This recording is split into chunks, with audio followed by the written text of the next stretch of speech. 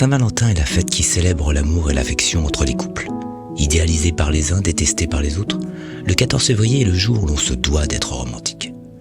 Cette célébration a des racines historiques et religieuses anciennes, mais son origine exacte est incertaine. Il existe plusieurs théories à ce sujet.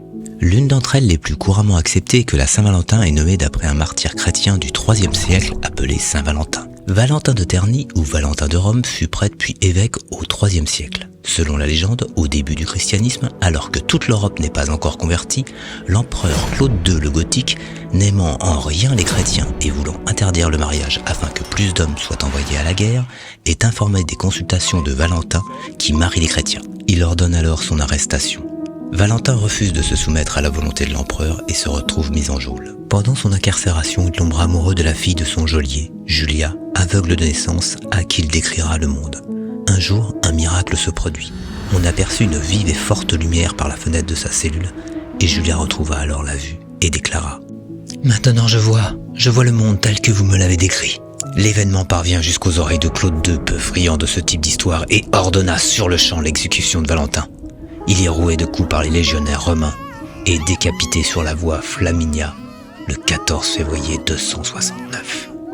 Il est dit que Julia planta, près de la tombe de Valentin, un amandier. L'arbre est depuis ce jour un symbole de l'amour. Alors évidemment, maintenant cette célébration est plus commerciale, faisant la joie des fleuristes et des chocolatiers. Mais il devrait être le jour où l'on se souvient du sentiment initial, de cette boule au ventre que l'on avait au moment incertain des sentiments de l'autre, du premier baiser échangé. Oh, je sais que beaucoup trouveront cette chronique opportuniste et un peu ridicule. Mais finalement, l'amour est toujours un peu niais aux yeux des autres. Pourtant, il galvanise, il amplifie, il terrifie, il élève, mais il peut aussi vous pulvériser s'il n'est pas partagé. Aimer est un art difficile et délicat, une dentelle fragile qu'un simple accroc peut réduire à néant. Alors le célébrer, est-ce tellement stupide ?